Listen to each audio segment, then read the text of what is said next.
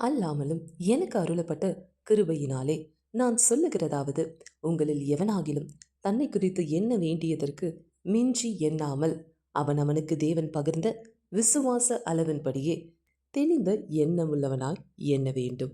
ரோமர் 12:3. There is always a measurement. அதாவது நம்ம சுமக்கிற பாத்திரத்தின் அளவு என்பது ஒன்று இருக்கு.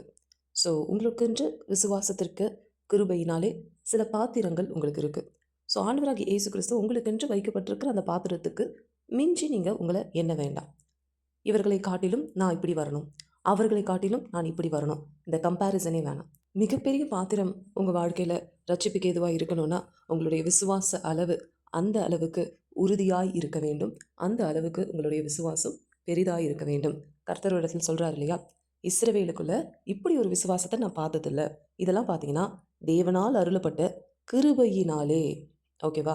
ஸோ அந்த கிருபையினாலே அவர்கள் பெற்றுக்கொண்ட அந்த விசுவாச பாத்திரம். ஸோ இதுக்கு மிஞ்சி நம்ம எண்ண வேண்டாம். அதாவது ஒரு பவுண்டரி ஆண்டவர் நமக்கு வச்சுருக்கும் பொழுது அந்த பவுண்டரிக்குள்ளேயே நீ எல்லாம் முடியும்னு ஆண்டவர் சொல்லும் பொழுது அந்த பவுண்டரியை தாண்டி நம்ம மிஞ்சி எண்ண வேண்டாம்.